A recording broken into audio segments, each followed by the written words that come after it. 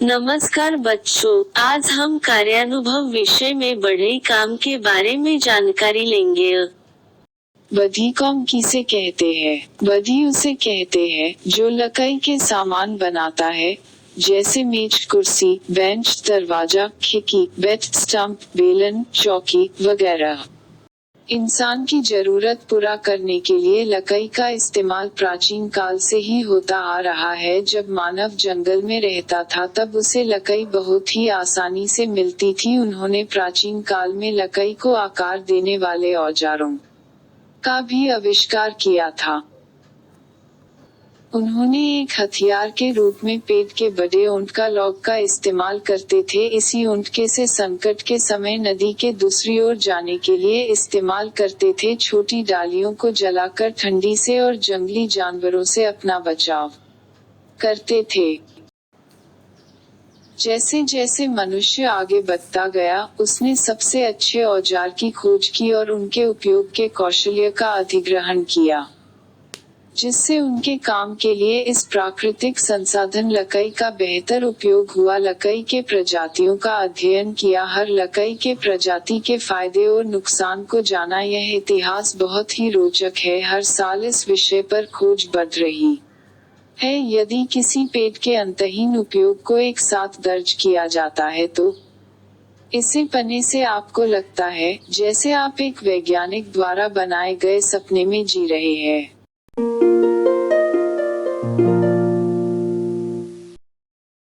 आदमी अपने प्रयासों के बावजूद अभी भी कोई अन्य वस्तु नहीं ढूंढ पाया है जो लकड़ी को हटाकर उसकी जगह ले सके।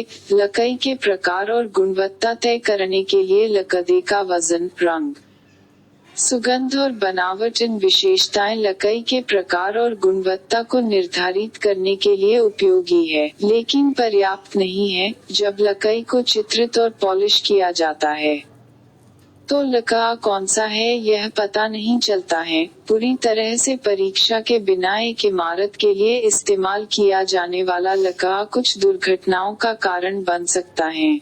यदि आप साधारण हथौड़ा या कुल्हाड़ी का डंडा बनाना चाहते हैं तो सवाल उठता है कि डंडा किस लकड़ी से बनाया जाना चाहिए। इस तरह के काम के लिए लकड़ी हल्की होनी चाहिए, लेकिन हथौड़ा या कुल्हाड़ी का घाव को भी सहन करना चाहिए। अगर यह बहुत दृढ़ टनक है तो टुकड़ा गिर जाएगा, तो यह थोड़ा लचला और नरम होना चाहिए। यदि आप नहीं जानते कि यह किस प्रकार की लकड़ी है तो बहुत मुश्किल है।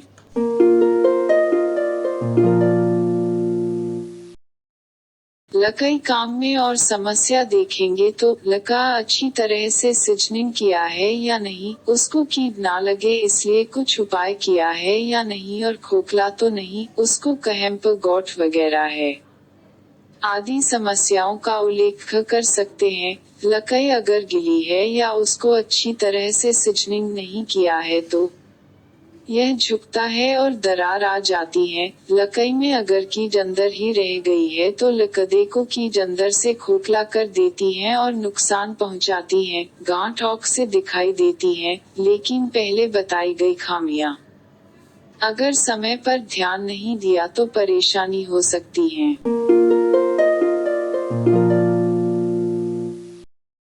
लकड़ी एक प्राकृतिक साधन है और उसका रंग, सुगंध और लकड़ी के विभिन्न छटा हमेशा मनुष्य को आकर्षित करते हैं। काम करते समय मिलने वाला आनंद और मेहनत से मिलने वाला स्वास्थ्य, यह महत्वपूर्ण लाभदायक है। घर की हर महत्वपूर्ण वस्तु लकड़ी से संबंधित है। लकड़ी मध्यम ड्रिप है और विभिन्न आकारों में आसानी से परिलक्षित हो सकती है। काम के लिए आवश्यक लकड़ी दूसरे धातुओं की तुलना में सस्ते दामों में कहीं भी और कभी भी आसानी से उपलब्ध होती है। इस वजह से कोई गरीब भी इस विषय का ज्ञान प्राप्त करके उपलब्ध साधन और सामग्रियों के साथ लकड़ी काम की छोटी राशि से कमाकर अपनी उपजीविका कर सकता है।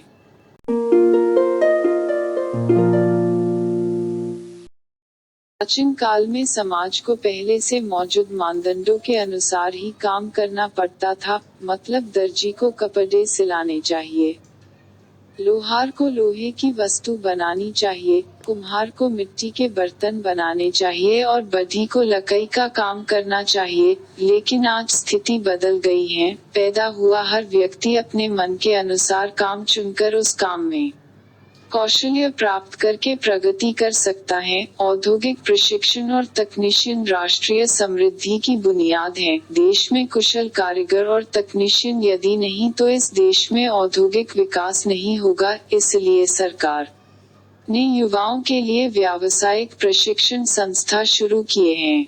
धन देने वाले धंधे शिक्षण। व्यवसाय शिक्षण अभ्यासक्रम में बधी काम एक महत्वपूर्ण व्यवसाय है। एक प्रोत्साहन के रूप में हमारी सरकार ने भी इस तरह की संस्था स्थापन करके व्यावसायिक शिक्षा प्रदान करना शुरू कर दिया है। इसलिए महाराष्ट्र शासन ने सुधारित अभ्यासक्रम में बधी काम यह विषय कार्यानुभव में शामिल किया है। कुछ माध्यमिक विद्यालयों में तकनीकी विषय भी पढ़ाए जाते हैं। इसी तरह मुंबई महानगर पालिका ने प्राथमिक विद्यालयों में व्यावसायिक शिक्षा के रूप में बधी कॉम और सिलाई कॉम शुरू किया है।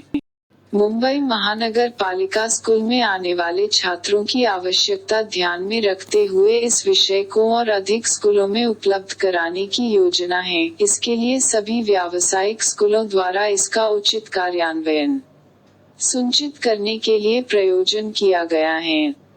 बधी काम यह एक कला है, उसे उचित शिक्षा के बिना हासिल नहीं किया जा सकता है। उसी के साथ प्रैक्टिस की भी जरूरत है। हर किसी को बधी काम पसंद आएगा ऐसा नहीं, लेकिन यहाँ शिक्षा से जो भी ज्ञान मिलेगा वह निश्चित रूप से भविष्य के जीवन में उपयोगी होगा, लेकिन उसके लिए प्रैक्टिकल का भी साथ आवश्यक है। यदि आप दिल से सीखते हैं तो इससे आपको जीवन में फायदा ही होगा। कम से कम आप अपना काम खुद कर सकते हैं।